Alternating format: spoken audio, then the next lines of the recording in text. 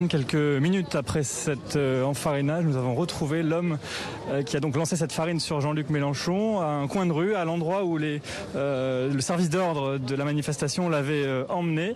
Il discutait avec quelques confrères et nous lui avons posé des questions pour connaître un peu plus son profil. Il dit avoir 27 ans, il dit être au chômage et il se dit souverainiste. Quand on lui a demandé s'il avait visé particulièrement Jean-Luc Mélenchon, il nous a répondu que ça aurait pu être Jean-Luc Mélenchon, Marine Le Pen ou n'importe qui d'autre.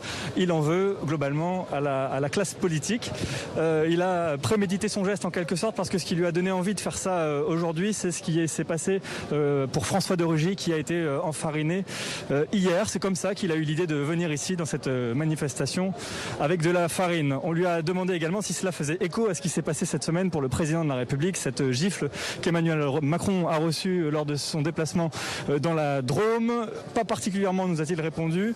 Il comprend le geste qui a été effectué contre le chef de l'État, ce geste de colère, même s'il ne cautionne pas la violence. Pour lui, ce qu'il a fait, lancer de la farine, ce n'est pas quelque chose de violent. Ce qui est étonnant dans cette affaire, c'est que le service d'ordre de la manifestation l'a mis à l'écart, à une petite centaine de mètres de la manifestation, mais en revanche, beaucoup de policiers sont restés pendant de longues minutes présents autour de lui sans intervenir. Un petit peu plus tard, dans un square, un petit quart d'heure après, deux policiers en civil ont discuté pendant de longues minutes avec lui. Nous étions juste à côté avec Hugo Dorsemène. Ils ont visiblement pris son identité, mais ensuite ils l'ont laissé repartir. Cet homme qui était accompagné de visiblement un ami à lui qui a filmé toute la scène et ils sont repartis libres. On rappelle que Jean-Luc Mélenchon est député des Bouches-du-Rhône. Il est donc dépositaire de l'autorité publique. Ce type de fait pourrait être qualifié d'une agression sur personne dépositaire de l'autorité publique et aurait pu nécessiter une interpellation. Ça n'a pas été le cas cet après-midi.